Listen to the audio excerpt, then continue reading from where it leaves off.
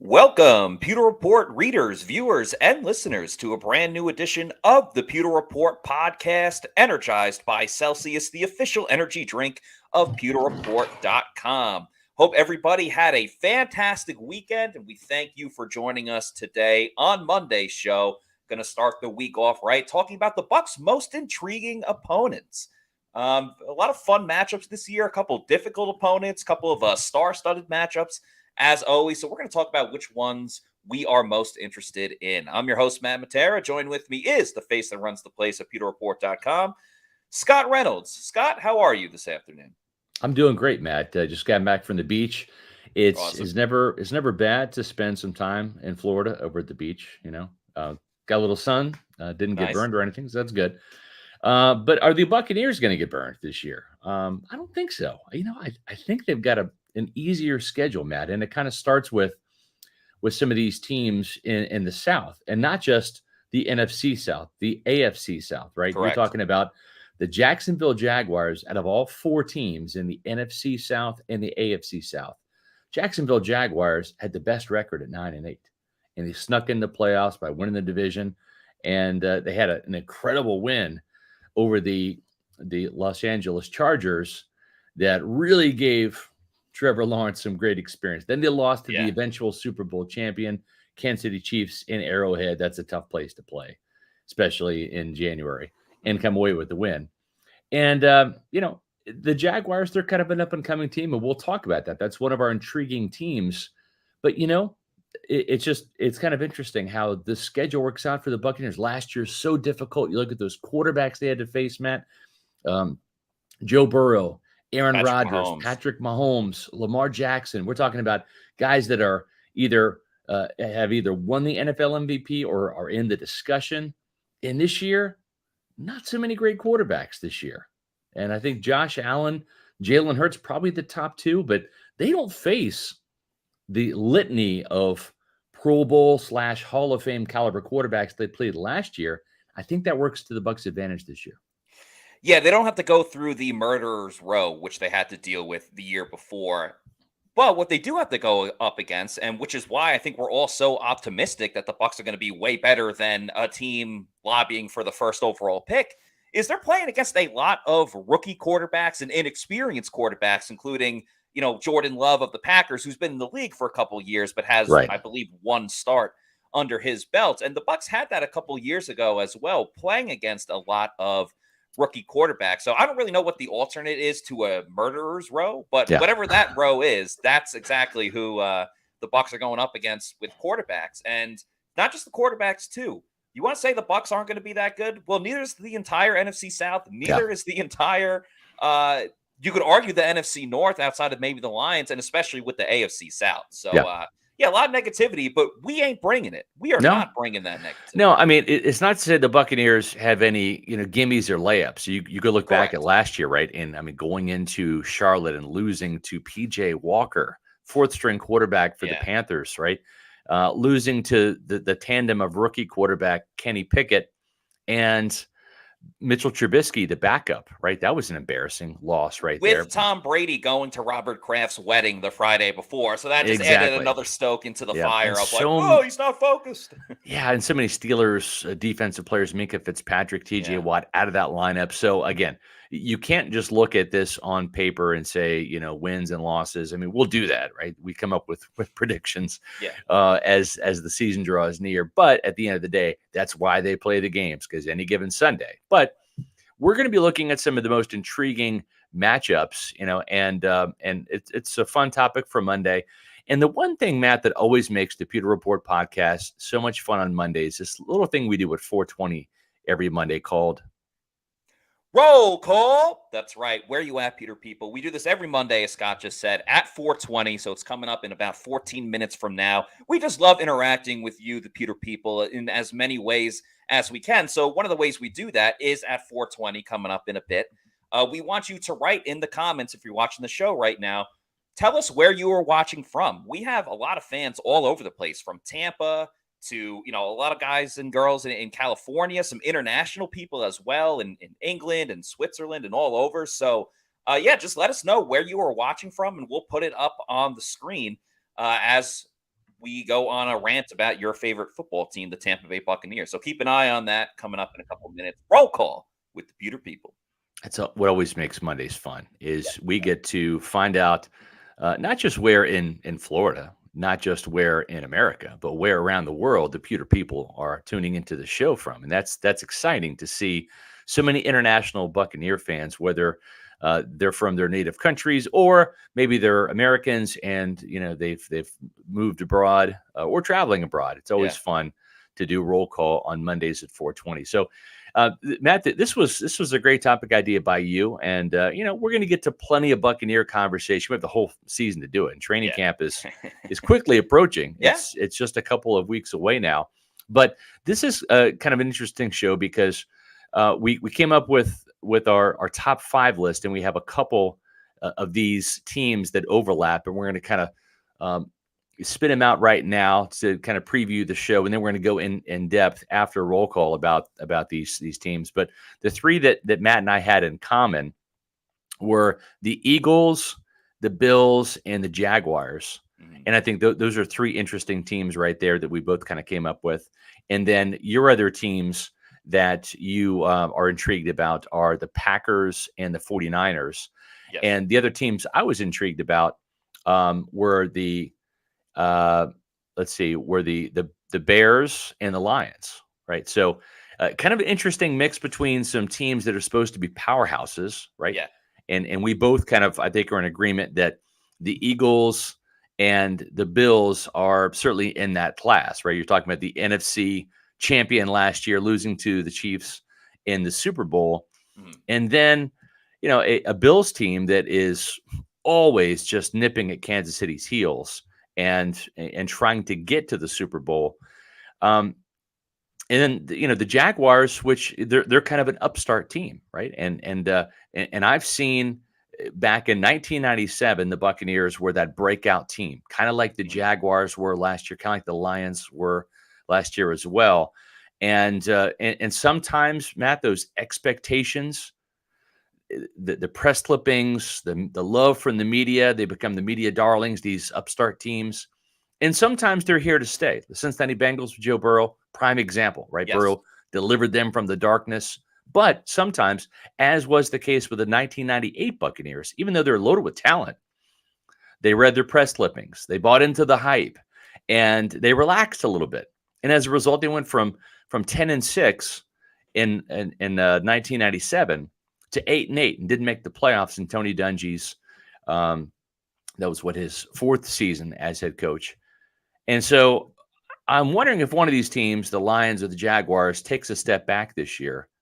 But as you mentioned, the divisions they're playing in, AFC South, not strong, NFC North, not strong either.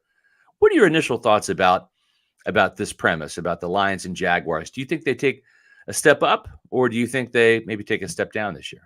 Yeah, I think you said it perfectly, and shout out to Bucs Basement for the $2 super chat saying that the Bucs defense last year made Colt McCoy look like an MVP. That kind of goes into a little bit of what Scott's Fab Five was this week about, just things that Todd Bowles has to do better. One of them was blitzing more and obviously playing man-to-man defense, but we could talk about that another time. Just wanted to acknowledge the super chat. Yeah, to your point about the Jaguars and the Lions, especially for the Jags, because the Lions still have to deal with the Vikings. And I know people say that the Vikings are frauds, and I'm kind of in that camp as well, but they did win the division last year. The Jaguars, I have a difficult time really knowing and understanding, are they a legitimate team, or is it just Trevor Lawrence brought them to the brink? Because let's remember, they only made the playoffs last year because the Titans were horrendous down the stretch and lost like 5 or 6 games in a row, and Ryan Tannehill was injured. They were down to their 3rd string quarterback. And credit to the Jaguars, they had to win a bunch of games down the stretch as well, and they did. Yeah. And that's what got them into the playoffs. But I can't fully be on board with the Jaguars are a legitimate team. Now, they do have Calvin Ridley returning this year after he was suspended. That's a huge weapon on offense that's going to help Trevor Lawrence. But I can't help but think about, and maybe just because the Jaguars is one of those teams, it doesn't feel right seeing them be successful. Because I think about that team that Leonard Fournette was on a couple of years ago that went to the AFC Championship game and were beating the Patriots in the second half. And then the world tilted correctly on its axis again, and the Patriots came back and won. And the Jaguars weren't really ever heard from again up until last year. And then I think, along with the Titans just choking away down the stretch, that epic playoff game, was that a great comeback by the Jaguars, or was that just the Chargers doing what the Chargers have done over the last 35 years? I don't really know. So I think this year we'll really find out. Are the Jaguars legit? Are they just benefiting off of a really bad AFC South? And let's face it, if the Titans kind of rewrite the ship, if Tannehill is able to play to his ability, I think you're looking at another 2-team race again. It's just, I don't know. The Jaguars really confuse me. They got a great quarterback. Outside of that, I don't really know. And a good coach, too.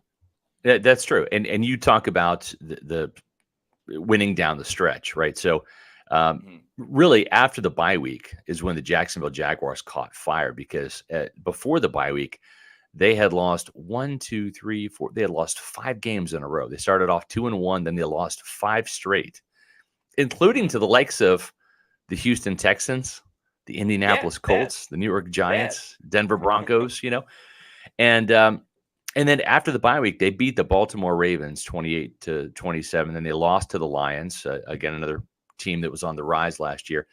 And then they kind of went on that streak that you talked about, winning the last 6 games of the regular season, beating Tennessee, beating Dallas in overtime, beating the Jets, beating Houston, and then essentially sweeping the Titans, winning that last game of the season. Then, as you said, they had that come from behind victory at home against the Chargers. 31-30 was a thriller. And then they lost to Kansas City just 27-20. So we'll have to see if in fact, that confidence that Trevor Lawrence got from that epic win over the Chargers. And then sometimes, you benefit from losing, right? When you lose to a Super Bowl champion team like the Chiefs, or it's gotten the Bills closer to possibly dethroning Patrick Mahomes and the Chiefs, and we'll see if that ever happens. But Trevor Lawrence made some strides. But you're right. Is it just Trevor Lawrence, or did they have enough around him? They do have a good coach in Jacksonville. And Doug Peterson. So, and that helps. That's going to give him a puncher's chance, I think. Yeah, no question about it. And that's why I had the Jaguars on the list, for kind of like what we talked about earlier in terms of Bucs don't really have a lot of great quarterbacks that they're playing against this season. Yeah. So when you do have that type of matchup, especially this late in the season, it goes on during week 16. So I believe it's a Christmas Eve game. So they only have 2 more games after that, both against divisional opponents. So depending on what happens with the rest of the division, and I'm sure the Bucs will be playing for a game to either, clinch a playoff spot, maybe clinch the NFC South. But this is the last time they're playing against what we predict right now is going to be at least a solid team, or a team in the mix. So anytime you get to, especially late in the season, you get to play against a really good team, that's a great,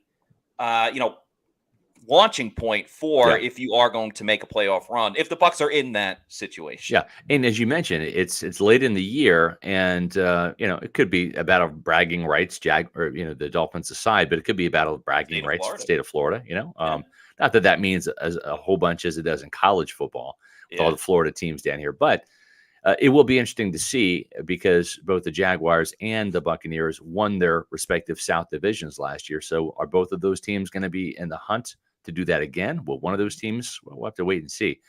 But that's one of those 3 teams, Matt, that we kind of honed in on, and probably the weakest of those teams, right?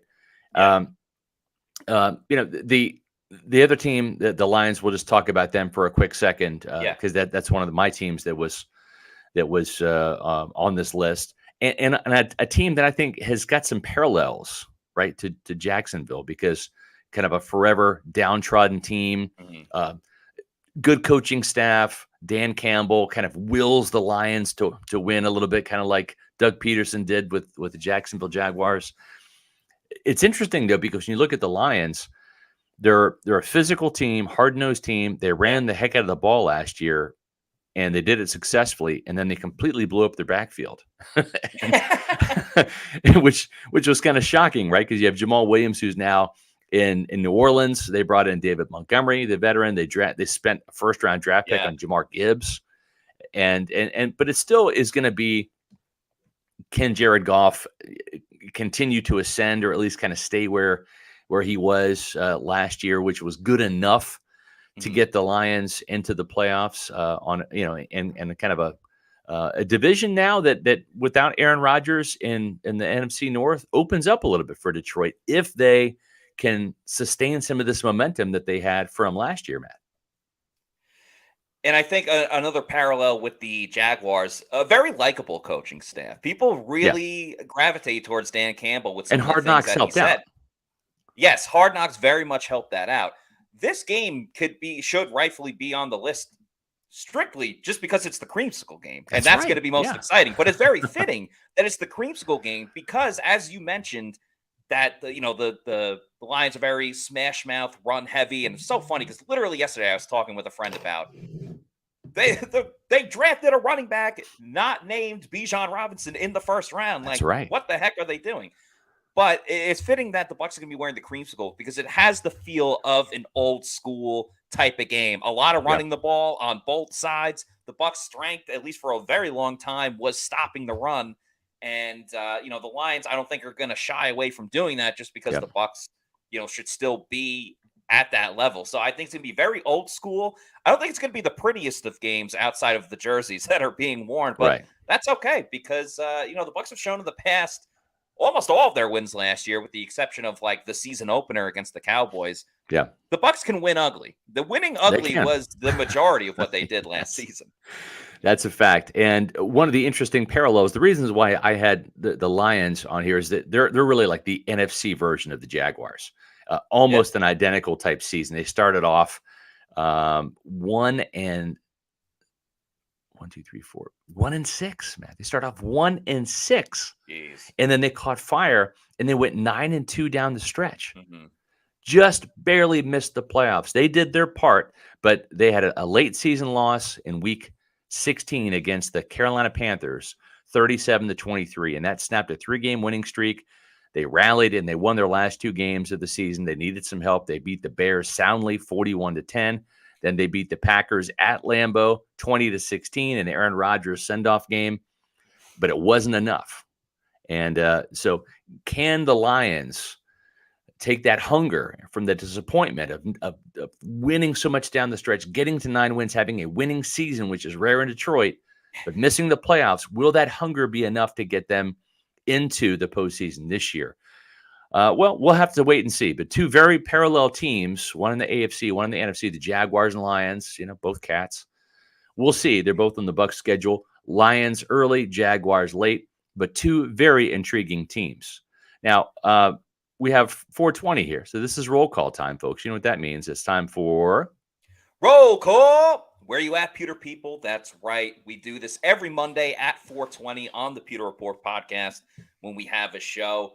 Scott's about to go into a rant about the Buccaneers. And in the meantime, while he's doing that, please start letting us know where you are watching from. Put your location of where you are watching this show from. We'll put it on the screen, just like with San Antonio Gato, who's watching from San Antonio, Texas. And we'll keep putting your location up on the screen as Scott is talking about your favorite team. So, Scott, please take it away. It's interesting, Matt, because when we looked at this topic, we each came up with our list of the 5 teams, and we had some overlaps, right? We've talked about that. We've got the Jaguars, the Eagles, and the Bills as our overlap teams. So we'll get into a couple of those other teams. We already hit the Jaguars. But interestingly enough, so much changed this offseason in the NFC South, yet neither the Panthers, the Saints, nor the Falcons made that list for either of us. And it's interesting because you look at Frank Reich coming over. He's one of those coaches that just brings some gravitas, right? Kind of like Doug Peterson did with Jacksonville. Boy, did they dodge a bullet and not ended up with Byron Leftwich as the butterfly head coach, effect, right? Man. So here you have Frank Reich and Bryce Young, and of course, I think the Panthers, as Josh Capo rightly pointed out in the NFC South ranking series that he did, just not the most talented team yet, but with the good coaching staff And if Bryce Young pans out, this could be a team 2 years from now that really makes a move, and we'll see. But I don't think the Panthers are going to be that team this year. So Panthers not on the list for that reason, obviously. But I think there is some intrigue about Bryce Young, but they just don't have a lot around him, right? You get Brian Burns, got Derek Brown in the middle. DJ Moore got sent off. They brought in Adam Thielen. They imported the running back Miles Sanders from Carolina. From the Eagles. So there is some intrigue there, not enough to make this list. Then you've got the Falcons. Boy, they have spent money this offseason. Money. And they went out and got Bijan Robinson in the draft. Arthur Smith's going to run the ball like crazy and try to play good defense. They added Calais Campbell and just about picked apart the New Orleans Saints defense, added a couple players there. But it's all going to come down to Desmond Ridder. And is this guy able to go throw for throw and toe for toe with some of the other quarterbacks in the NFC South? Now, it's not the juggernaut quarterback division it used to be when you had Drew Brees and you had Cam Newton and when Matt Ryan was the quarterback in Atlanta. But is he good enough to make the Falcons, a contender for the NFC South title? Because if he rises, then the Falcons will rise with him. But if he falls, I think the Dirty Birds come crashing down to earth, and they'll have to address the quarterback position next year. The one kind of damning thing about last year's come-from-behind win over the Buccaneers, when the Buccaneers had a lead, Matt, in Week 18, they pulled their starters, including Tom Brady. And, Blaine Gabbert threw a touchdown right before halftime to Russell Gage. But this was a confidence-building win for Desmond Ridder, and sometimes what happens at the end of the season, there is a carryover effect. Sometimes there's not. We'll have to see if Desmond Ridder got some big-time confidence in beating Tom Brady and the Buccaneers, even though it really wasn't Tom Brady and the Buccaneers for the second half. It was the backups. Then you look at the Saints, Matt, just not sure what to make of them. Their defense got depleted. They're a defensive-minded team with Dennis Allen. Is Derek Carr enough at quarterback? Interestingly enough, the only quarterback in the NFC South with a playoff win is Baker Mayfield, Tampa Bay Buccaneer. Derek Carr, no playoff wins. Same with Andy Dalton, who is the backup, the veteran backup in Carolina as Bryce Young's tutor, if you will, mentor. And then, of course, Desmond Ridder, new on the scene in Atlanta, so no playoff appearances there. But NFC South teams have some intrigue, but not enough to make our list. Do you agree?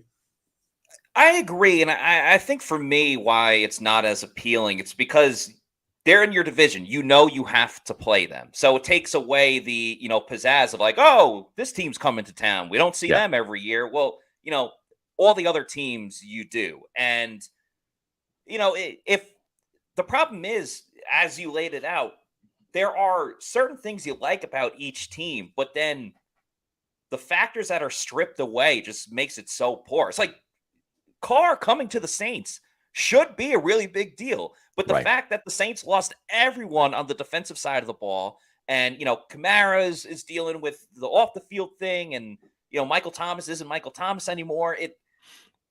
It feels like, you have Coke, Diet Coke. It's like you have the Saints, a legit threat to the Saints. These are like diet Saints, And everything you said about the Panthers, I agree with. Exciting. They just got the number one pick. Mm-hmm. Nothing else around them. And then, the Saints, if we were doing a least intriguing, the Falcons, Sam Howell in terms of quarterbacks, he's the last one. Desmond Ridder, he's the last one on that list. Not intriguing at all. Right. And I think what's so intriguing, going back to Josh Capo's, article about, ranking the coaches, ranking the overall teams, having Frank Reich as the first one. A lot of these coaches may not be coaching next season in the NFC South because, Arthur Smith and everything going on with the Falcons, like another losing season, he could be out. Todd Bowles, we've talked about it a ton. Mm-hmm. And we'll see what's up with New Orleans as well. So I think the familiarity, the fact that you're playing them every year, if it's a good battle for the division, all right, cool. Yeah, absolutely. Everyone's going to be invested. But some of the other options out there, just better to choose from. Matt, when you talk about the word options, the one thing that comes to mind for me is Celsius, because there Oh are yeah. so many amazing options. Now, I went down to Indian Rocks Beach down there. That was like the old stomping grounds where Monty Kiffin and John Gruden would vacation in the summer. Not together because they weren't on the same team, but that's how they got to know each other. And then when Gruden came over in 2002 via trade, he already knew Monty Kiffin because those guys would barbecue and hang out on the beach and talk a little football. And when I went down there to Indian Rocks Beach, I didn't have any Celsius with me. Of course, that's a big no-no. So I had to stop by Publix and I grabbed some of the vibes. Right now, the Oasis vibe is one of my new favorites, and that's the one here in this picture. And the sparkling lemon lime is also dynamite. Those are my two afternoon drinks. The morning flavor for me, if it's not one of the vibes, is the orange. That's a winner. But this is the pack that I got right there. That's a hard trio to beat, right? That's tropical vibe, Arctic vibe, and peach vibe. I had the peach vibe this morning, tropical vibe the other day. And folks, it's really easy to find Celsius near you. All you have to do is just punch in your address, whether you're at home or on vacation. And you'll find all of the grocery stores, convenience stores, health and fitness stores near you. And if you're up north, maybe like in New York, you have a little thing called a bodega. And then you grab a Celsius and you drink that bad boy, and it's going to fill you up with nothing but pure energy, the essential energy you need to power through your active life, whether it's getting up in the morning, whether it's powering through in a kind of a lazy afternoon at work, or whether it's getting ready to go to the gym and you need some extra fuel. Boom, just use Celsius. That's what we do at Pewter Report. It's the official energy drink of Pewter Report. And once you find the flavors you like, order them on Amazon or Instacart. Yeah. Use the subscribe and save at Amazon and save some money and have them shipped right to your house. So it's a great way to get the energy you need without the sugar crash. Why? Because there's no sugar. Celsius, the official energy drink of Pewter Report. Matt, before we dive into some of these other teams here, as we kind of get into the meat of the show, we would be remiss if we didn't talk about some of the other shows we have coming up. Tomorrow's show is going to be a great one. We've got a fantastic guest coming on. Oops, wrong graphic. There we go. Tyler Dunn, who made some news by writing a story, had a great interview, fantastic interview with Carlton Davis. And the title of his story is the title of tomorrow's podcast. Carlton Davis fears no man. And some great quotes in there. We know Carlton is a fantastic guy to interview. Yeah. Doesn't really make himself available as much as we would like him to. But boy, he had a great extended interview with Tyler Dunn and Tyler Dunn of the Go Long podcast. And so he'll be our guest tomorrow to talk about that interview. And he also had a chance to chat with Zion McCollum about Carlton Davis. And we'll get Tyler's thoughts on both of those cornerbacks for the Buccaneers and just talk a little bit of football in general. So that's tomorrow at 4:00 Eastern time here on the Pewter Report podcast. And then we have another Buccaneer guest, folks. That's right. Buccaneer outside linebacker rookie Jose Ramirez will be joining us. Finally, a defensive player. I was going to say, finally, someone on the defensive side of the football. Yes. So Matt and I will be on Wednesday night, and we'll be talking with Jose Ramirez at 7 p.m. Eastern time on Wednesday. So our string of Buccaneer players or coaches continues with Jose Ramirez. Very interesting story out of Eastern Michigan. Eastern Michigan. And that's the home of Pat O'Connor. Yeah, his alma mater as well. Friend of the program. Friend of the program. So a couple of Eastern Michigan guys on this roster. Scott, if I may, I would like to talk about one of the mutual games and the first of the mutual games that the Bucs get to on their schedule, and that's Week 3, a Monday Night Football matchup at home in Tampa against the reigning NFC champion Philadelphia Eagles. And my first thought when I look at this game, this is a respect game because it's on national television. And as we talked about earlier and on different podcasts and in different articles on PewterReport.com, many, many people are doubting the Tampa Bay Buccaneers. Yeah. So what better way to get respect from everybody around the league than by defeating the Philadelphia Eagles, who are projected again to be a great team this year, despite all of their coaches, getting head coaching Yeah. jobs in other places. What better way to prove to everybody else that you're better than what everyone thinks by beating the NFC champion Philadelphia Eagles? And what I think is also really cool about this game, let's remember 2 years ago, these teams met in the playoffs That's right. in the first round. And that 2021 Bucs team, I'm going to flat out say it, that Yep. team was better than the Super Bowl winning Bucs team from the year before in Yeah. 2020.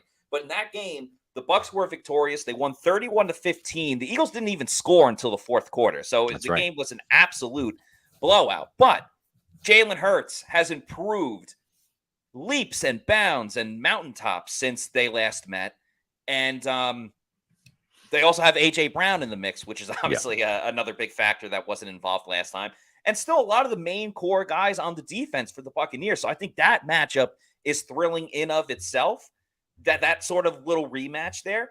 And then the last thing, I know it's week 3, but the Bucs could either be playing with house money, starting out 2-0 against the Vikings, who may be frauds, and playing against the Bears, who, in my opinion, I think they should defeat. Yeah. They could be 1-1, and this is hey, not a make or break, but you'd rather be 2-1 than 1-2. Yeah. Or is this a must-win game because the Bucs trip out of the gate and start out 0-2? And now, if you want to save your season, you got to beat one of the best teams in the league. I think there is a ton of storylines throughout in this one, and that's why I think it's one of the most intriguing. Well said, Matt. And when you look at the Eagles, they're going to be playing with the chip on their shoulder because they've got a lot of those returning pieces, and they were close last year. It's just so hard to beat Patrick Mahomes in the Super Bowl. Right? Yeah. The 49ers found that out. The Buccaneers, certainly had their day and had their way in Super Bowl 55 here in Tampa. But yeah, that's going to be a really early measuring stick for the Buccaneers.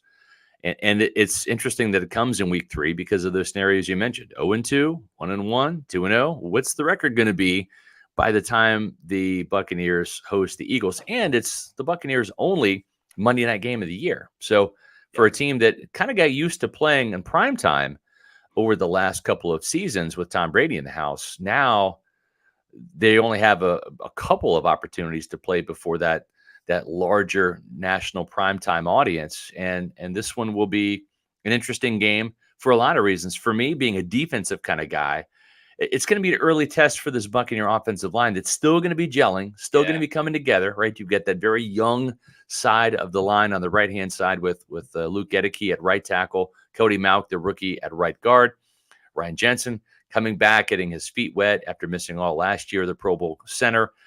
Then you got the newcomer, Matt Filer. How does he perform next to Tristan Wirfs, who's still making that transition in week 3 to left tackle? Because the Eagles, I don't know if it's going to happen again, but man, what did they have? Like 70 sacks last year? Yeah, it was ridiculous. They had 5 players in double digits with sacks, including Fletcher Cox right there, number 91, the old man. So I think as much as the A.J. Brown and the Jalen Hurts kind of, piques everyone's interest a little bit, I look at the defensive side and say, wow, this Eagles defensive front is not getting any worse. It's just probably getting a little bit better with more experience and more cohesion playing together. And I don't know if they're going to have that out of this world sack number again, but you know what? I think you could probably pencil the Eagles in for a reasonable 50+ sacks this year. And that's still going to be good enough for, top 3, top 5 in terms of getting after the quarterback. So that's really why this is an intriguing matchup for me. As you mentioned, Matt, last time the Eagles were at Ray J, it did not go their way. And the year before, or actually earlier that season, they beat the Eagles on Thursday night up in Philly. So that, that probably has got a little bit of, revenge factor for the Eagles. We saw the revenge factor when Kansas City came. Yeah. To the Buccaneers Stadium, Raymond James Stadium, in week 4 last year on Sunday Night Football, and really took it to Tampa Bay because the last time they were here, they were losing in the Super Bowl. There is also a smaller little piece of history. When the Eagles won the Super Bowl, when they defeated Tom Brady with Nick Foles, they played against the Bucs. It was a Sunday game, Sunday afternoon game the following year. It was early in the season, and the Bucs upset them Yeah. in that game. Now, a lot of different players and everything like that. At least Mike Evans was there. Yeah. So, a big upset there. I think the Bucs should, for 1 week only, because I think everyone that works at Raymond James Stadium does a fantastic job, but they should hire the head grounds crew guy that worked at the Super Bowl and made the field so slick so that Right. it really subdued and neutralized It really did, yeah. the Eagles pass rush. I think they should hire that guy for I think they call him the Sod Father. Hire the Sod Father for 1 week and slow down that Eagles pass rush. Yeah. Well, let's not forget the Eagles. They've added a bunch of every Georgia Bulldog players. Yeah. So so we'll see. They still have quite the formidable team, and it's one that I would really have a hard time. Maybe my opinion changes the week of, Matt, but I would have a very hard time picking the Buccaneers to win this game in any capacity between now and then. And that's only if the Eagles suffer a series of serious injuries and the Buccaneers start 2-0 and have a lot of momentum on their side. So we'll see. So the common intriguing games that Matt and I had chosen were the Jaguars. We covered them. The Eagles, we covered them. Now, Matt, the other one that we both had on the list, kind of like the AFC version of the Eagles with a similar dynamic quarterback. He's going to be on the cover of the new Madden this year, and that would be Josh Allen and the Bills. Oh, yeah. Josh Allen in a lot of the headlines. He's dating a celebrity. He's on Madden. He's all over the place. But, I mean, this is, again, it goes back to star-studded matchup. Bills, one of the best teams in the league. Been a Super Bowl contender for the past couple years. Haven't got there yet. It may not this year with Aaron Rodgers playing for the Jets, quite honestly. But, and again, I know it's a couple years ago, but a classic all-time game between the Bucs and the Bills a couple of seasons ago where the Bucs had a huge lead, the Bills came back, and then right on cue, Rashad Perriman in overtime. So once again, you get the core nucleus of the Bucs defense going up against the Buffalo Bills offense with Josh Allen and Stephon Diggs and all the talent that they bring. But when I talked about the Eagles game, I said this was a respect game. Yep. This I look at as the measuring stick, the litmus test type of game, because they play in week 8. So the Bucs will already have, that'll be their 7th game because they have an early bye this week. So I think right around then is the time where the Bucs, at least offensively, will start to understand who they are a little bit more. Yeah. What works for them? What isn't working? You mentioned the offensive line earlier. That's so many more games that Cody Mauch has under his belt at right guard and Luke Gedeke at right tackle. I think the Bucs will, it's still a long way to go in the season, but things will start working for them at that point offensively. At least they'll understand who they are. But this is one of the toughest teams in the league.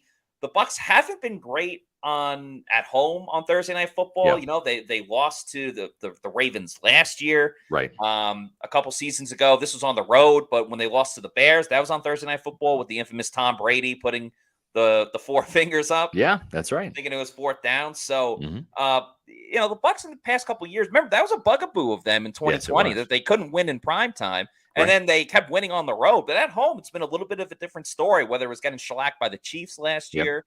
They won the game against the Rams. But, got to right a lot of the wrongs on prime time, especially at home. And I think Thursday night, playing against a great team, I kind of like that it's on Thursday night. I don't like the idea of Thursday Night Football in general. But it's up in Buffalo. And so to me, when you look at that, that's a hard place to go up there to win. But the element of surprise. It may be. Maybe the Bucs get overlooked by the Bills. I don't know. But it was a thriller last time. It took Tom Brady to beat Josh Allen last time. And again, this is probably one of those matchups just based upon the talent that they have, the fact the Bucs have struggled Thursday night games, whether it's home or away. And, I would be hard pressed to pick the Buccaneers to win this one, but never know. And we'll see how the season plays out. But when you look at the Bills, they've got a nice 1-2 punch at receiver with Stephon Diggs and Gabriel Davis, who really just has kind of exploded on the scene over the last year or two. A big time deep threat for the Buccaneers or for the Bills that will challenge the Buccaneers secondary, and their defense has kind of let them down a little bit in the postseason. So I still think that the Bills are an NFC or an AFC contender. It's going to be a much more difficult division than it has been during their rise, because now all of a sudden, the Patriots still formidable, but man, you've got Aaron Rodgers on the Jets, and they've really ascended with that addition, which could be like Tom Brady was for the Buccaneers in 2020. And then the Jordan Miami Whitehead's the Dolphins. missing piece. Yeah, that's right. And then the Miami Dolphins certainly Yeah. If Tua's no healthy, slouch as they're well. Yeah. right in the argument as well. And I think their defense got better this year too. Yeah. So yeah, AFC East is tough this year. It is. And so I think the Bills are probably going to be a little bit more battle tested than the Buccaneers, but a very intriguing opponent. I agree with you wholeheartedly. This really is kind of the litmus stick. This is the litmus test, if you will. Yeah. Measuring stick. The measuring stick. Yeah. And by the middle of the season, we'll kind of see what the Buccaneers are doing. And if they're going to contend for a playoff spot this year, if they're going to continue to win the NFC South, they should have a good showing, or maybe even a win in Buffalo. And if not, then we'll have to see how the season progresses for the Buccaneers, and if they can still hang on and claim a playoff spot. So those were the three opponents that Matt and I had in common: Eagles, Jaguars, and the 49ers. I'm sorry, and the Bills. Let's get to the 49ers, because we're talking about powerhouses. We already talked about the Eagles, right? And it was either going to be the Eagles or the 49ers. And the 49ers can't keep a quarterback healthy to save their life. But when he's healthy, as the Buccaneers found out, getting thrashed in San Francisco, Brock Purdy, he's pretty good. He is. He is pretty good. And, for each game, I'm trying to think of like a word or two to kind of describe this one. And you mentioned the Bucs getting thrashed last year. This is a revenge game. This is about, standing up, because the Bucs got knocked down. Are they going to stand up and punch back this year? Because they got flat out embarrassed last year. They did. They lost 35-7 to Brock Purdy, a rookie quarterback. At the time, no one knew what Brock Purdy was going to be. He'd only been doing it for a little bit. And I understand the 49ers are a powerhouse, and you can look at it that way. But I'm just looking at this from a personal pride standpoint. Getting absolutely shellacked last year. It wasn't even close. On both sides of the ball. You allowed 35 points. You only scored 7. And it was a garbage time touchdown at best with that situation. So the offense that the 49ers run, we've seen it, whether it's the Niners, whether it's the Rams, the Eagles are a little bit like it. And we've seen the Bucs struggle with that style of offense, as we saw last year. So Todd Bowles overcoming that. And I understand it's completely new offense this year with Dave Canales, new quarterback, but putting up more than 7 points. Again, have some pride. Stand up for yourself. It's later in the season, week 11, kind of what we talked about before with the offense starting to get in motion. Yeah. This has to be looked at as a revenge game for the Buccaneers. I don't care if you were on the team last year or if you're new to this team. They're going to watch the tape from last year. And it was ugly. One of the worst games that I've ever seen the Bucs play. And so from their own standpoint, they got to punch back this year. I'm thinking about this as you're talking, and I'm remembering the game, and one thing that really stood out to me, and the 49ers loss was just crushing because they didn't have a chance. Yeah. And I think the Carolina Panthers loss in Charlotte was probably the most embarrassing, because the Bucs had no business losing, and in that game for sure. And Mike Evans was involved in both of those games in a big way. He had a dropped 70-yard touchdown that really could have turned the fortunes for the Buccaneers in Carolina had he held on to that and given the Buccaneers some early momentum, because Mike hadn't scored in a couple weeks at that point in time, and just flat out dropped it wide open. DB fell down, and you won't see that happen again from Mike Evans. Then you go out there to the 49ers, and you talk about punching back. Well, the Buccaneers did punch back, because Mike Evans hauled in a deep pass, 60-plus yards, touchdown from Tom Brady. But holding, 76, offense, Donovan Smith struck again, and another holding call, took another touchdown off the board, something that happened too many times last year for this Bucs offense. And the Buccaneers never recovered from that. That was another deflating type moment. Unfortunately, Mike Evans was involved in. He caught this one. It's a beautiful touchdown pass, but they couldn't muster up any counter punches until you mentioned late in the game in garbage time.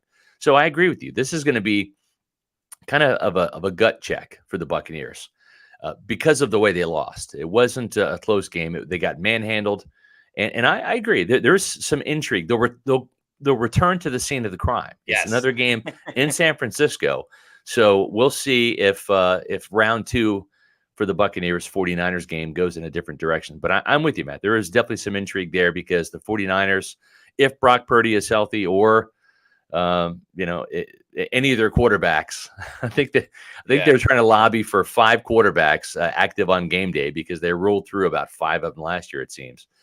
And it would have been interesting if Brock Purdy would have stayed healthy. Oh, yeah. At that playoff game, would they have beaten the Eagles and gone to the Super Bowl instead?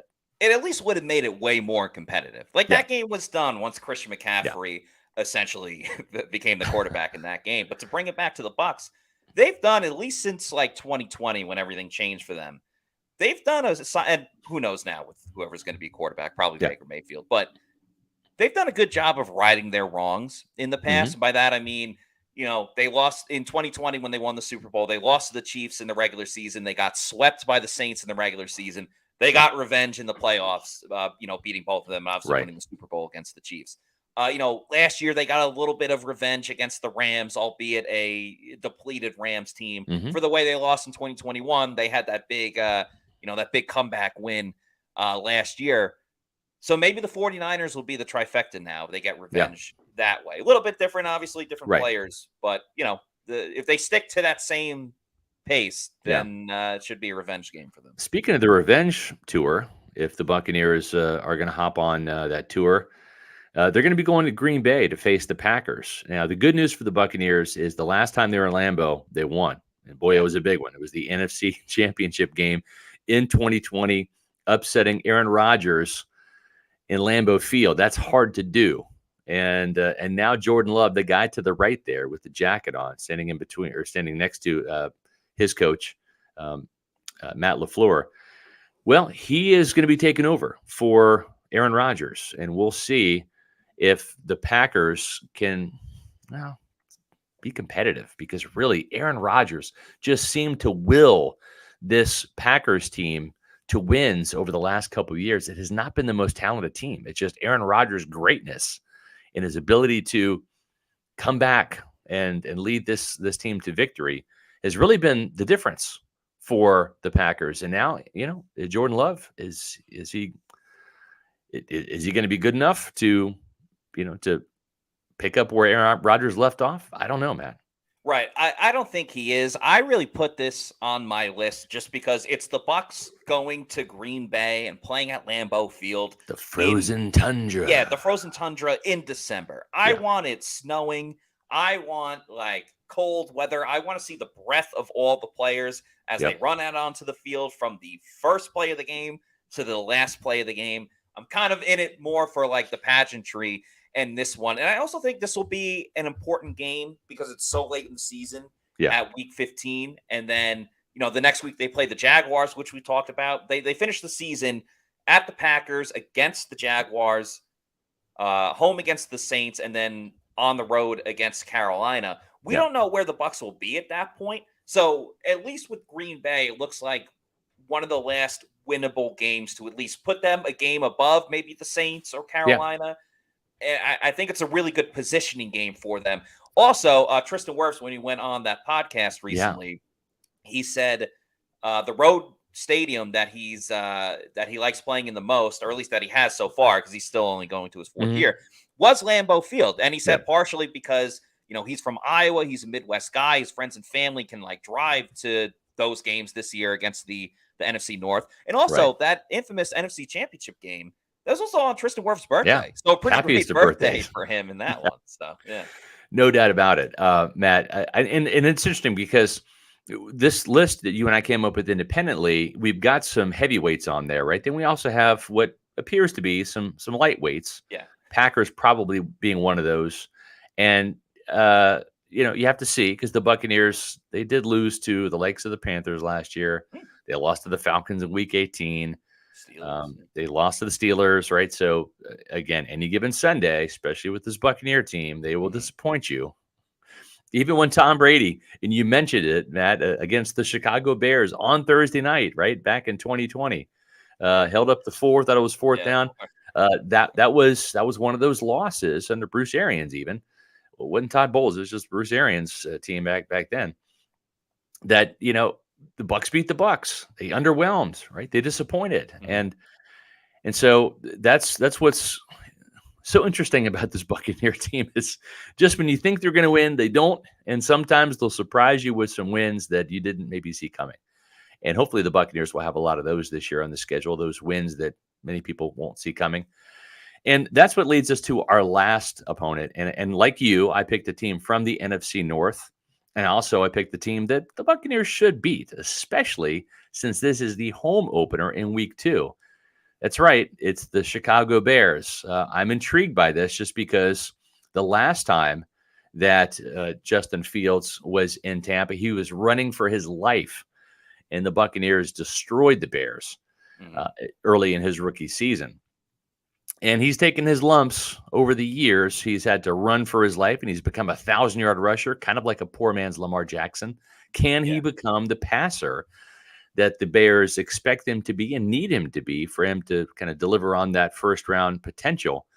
Just not a lot of talent in Chicago, though, around him, But, Matt, we have seen this Buccaneer team, again, underwhelm. Let lesser teams with lesser quarterbacks beat them in the past.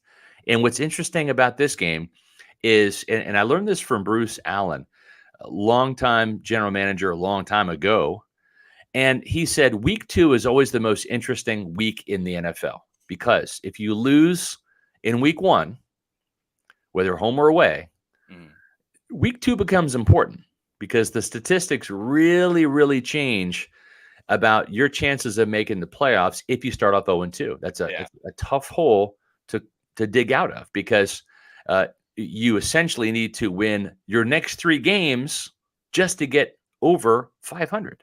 Yeah. Right. That's almost an entire month worth of wins. So Week 2 is very important. As you mentioned earlier in the show, Matt, is this Buccaneer team, are they going to be returning from Minnesota with maybe an upset in Week 1 with a chance to build on that and create some momentum heading into that Eagles game in Week 3 by beating the Bears at home in Week 2?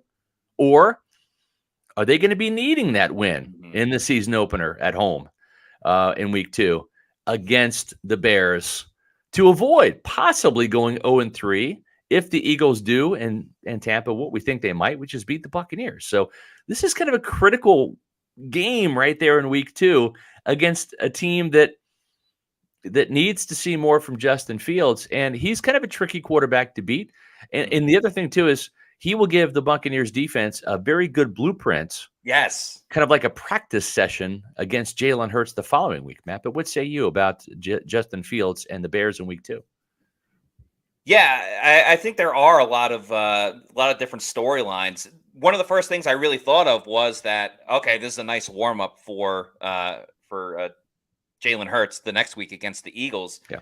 I do look at this game as more for Chicago. Is Justin Fields the guy? Like, did they make the right move trading that first round pick and not just getting another quarterback? But yeah, what I really think of is Todd Bowles better not mess around with this game. Obviously, they're going to have to contain Justin Fields. We all understand that.